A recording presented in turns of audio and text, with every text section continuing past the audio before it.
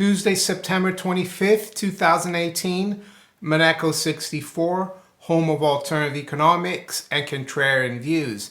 This morning I want to talk about a false breakout possibility in the Dow. Last week the Dow broke the January high and made an all-time high, and it was looking very good.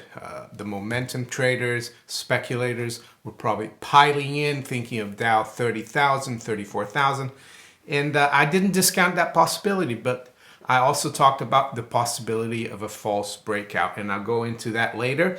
Today I'd like to also look at a lot of charts. I think we are at key junctures in a lot of important markets or indicators. So it will be more of a technical analysis day, something I used to do quite regularly, haven't done too much in the past. So that will be the focus. So it's 8:30 a.m. and before I look into the charts, I'll look into what the markets are doing this morning in London. Spot gold seems to be stuck here just around 1200. Yesterday we went above 1200 and then came back down. Today overnight it's been a very tight range, 1197 to 1200.5. So very narrow. Right now we're at 1199, virtually unchanged. Silver, same story. Low has been 1421, high 1430, and right now we're at 1425. So right smack in the middle of the range. The Dow Future right now is up 29 points, 26,595. So below the all-time high from January, which is above 600, 26,600. The S&P is up 3 points at 0.11 or 0.11% at 2922. Nasdaq 100 Future up 7 at 75.56. Currencies, the pound virtually unchanged, 131.15, just about down about 3 pips. And the range overnight has been 130.94 to 131.26. So very quiet so far, even in the currencies as well as the other futures. Euro 117.58, so that's come back below 118. Yesterday we were around 118, or the day before, last Friday, but still fairly strong. 117.58, euro up 10 pips. The dollar a little firmer against the yen, 112.95, up 15 pips. The high's been 112.99. Dollar against the yuan, 6.86, down 0.1%. Crude oil is getting very interesting, and it's one of the charts I'm going to look at. I'm going to look at the WTI and the Brent. WTI right now is up 1/3% at $72.25. Brent is up 0.5% at 81.01. The bond markets this morning, the 10-year yield is at 309.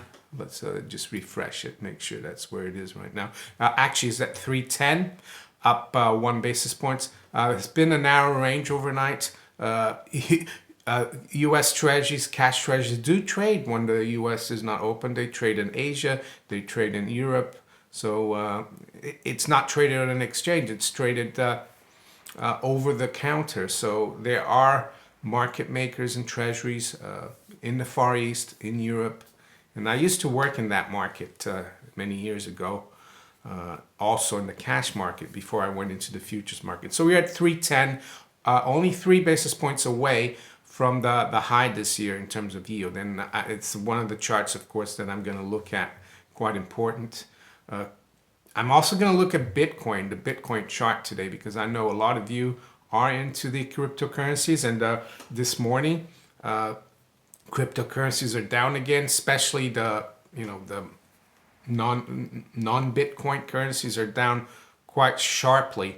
Like Ethereum is down 7%, Ripple down 8%, even though it's gone up a lot recently. Bitcoin Cash down 11%, EOS down 9%, LITECOIN down 4%. So we'll have a look at that. First, I want to look at the possible false breakout in the Dow. And what is a false breakout? Well, it says here, a false breakout is when price temporarily moves above or below a key support or resistance level, but then later retreats back to the same side as it started. This is the worst case scenario for a breakout trader that enters in a trade as soon as price breaks. So let's have a look at this Dow chart.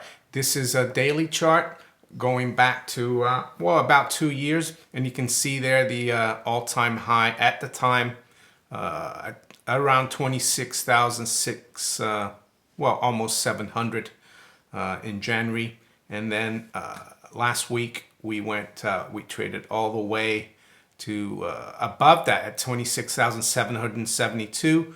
That was on the 21st of September. And then yesterday, with the fairly big drop, the Dow is now back below that horizontal line. Will it be a false breakout? We'll have to wait and see. If in the next few days we're able to make a new high, then it won't. But I can tell you it could, if it is a false breakout, we could see a quick move lower as the people who piled in after the breakout, speculators and traders, will have to get out. And you can bet they're highly leveraged. So that's the most important chart I wanted to show you, as well as the 10-year. The 10-year and the Dow right now are really at key junctures. Now, I'll first look at a chart, actually, because I always look at the yield, but let's look at the 10-year note future. It's the December contract, is the one that's the front month, but I've been able to adjust it to, to a year ago, and the bar chart adjusts it to the near month. Because what happened in the futures, when futures, let's say the September future expired, well, it hasn't expired, but it's not the front month anymore, you change to the December, and their prices are not the same, so you have to adjust the prices so it, you get like a continuation chart, it's called. So here's the 10-year note future, which is very closely related to the 10-year yield, to the cash treasury.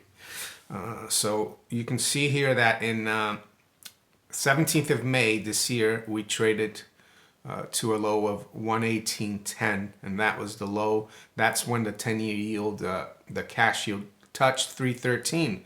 And look where we're now. I mean, we are at 118.14 has been the low, and we're very close to breaking below or testing that that level. So it shows you that we're very near 313.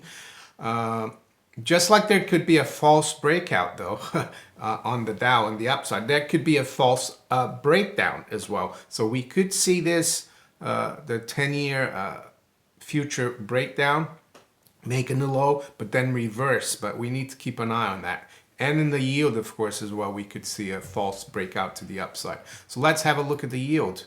Well, there you can see the yield there, 17th of May. The high was, well, the closing high on this chart is 311, but the intraday high was 313, and we are right near there. So you can see that the price of the future and the yield on the cash are trading, very similarly. Crude oil. We'll start out with Brent. And I've got, for Brent, I've got a weekly chart. And I've got a Fibonacci retracement analysis here. Post a 2008 high for Brent, which was around 128. I know the pre-2008 crisis was above that level, but I want to, measure this move now. So with the low that we saw in January 2016, which was around 2740, we're right on the 50%. Well, we've broken above the 50% retracement, but you can see how that 50% retracement around $78 has been very important. Since May this year, it's tried to break out above that. It's come back several times, but now it looks to be breaking out. We've even broken out of the high in May in Brent crude, which is around 80.40, and right now we're at well, almost 81. Let's see where we're around 81. So this is a key chart, key price move. Oil is still the major energy source. We have a consumer-based economy based on credit. Oil prices go up too fast and too quickly and too high. The cost of shipping everything goes up, and the cost of shipping goes up, the cost of everything goes up, everything that has to be transported.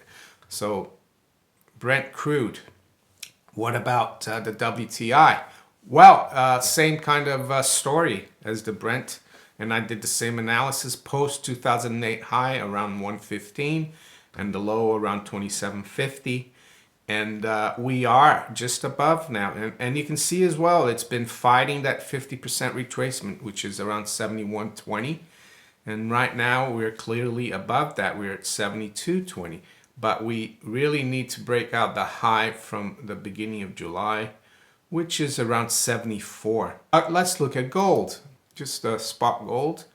Not much to say about gold. It's just in a trend. Since the end of August, of course, the 15th of August low, and that was the 15th of August US time. In the UK, it was the 6th, early the 16th.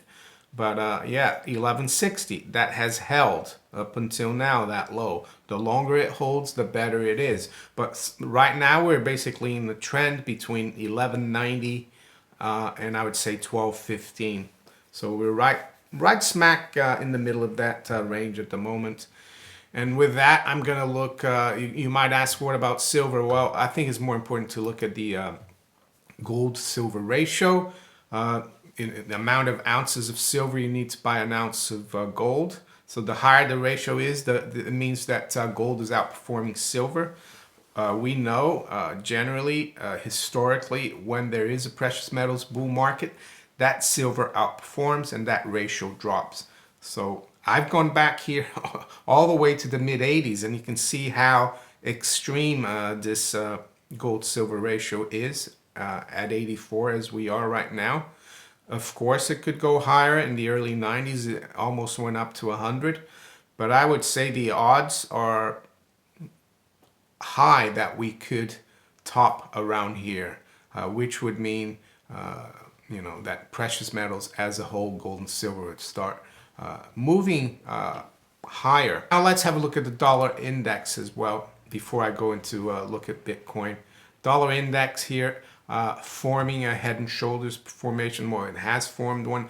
Looks like we've broken the neckline. So this is another important chart to consider, I think, in the short term for gold, even though the relationship in the long term with gold doesn't really always match, because the dollar made a low in 2008 at 70.69 and gold made a high at 1,031. Now we are at 94 and gold is at 1,200. So longer term, it doesn't completely match. But in the short term here, you can see we've broken this neckline. Right now, it seems to be holding well around 94. My opinion for a move lower in the dollar index is that we need to see the dollar break down against the yen. Because it's the yen that's been holding, the weaknesses in the yen has been holding up the dollar index. Bitcoin. So this is daily chart in Bitcoin going back about 2 years, and it's very clear cut. We need to hold 6,000, and we need to break, it seems to that this consolidation is getting tighter and tighter. You see the the Bitcoin is having more and more difficulty breaking up, and the higher we having lower highs, but we're also holding very well just above 6,000 right now. On the upside, the key resistance will be around 7,000 or just above 7,000.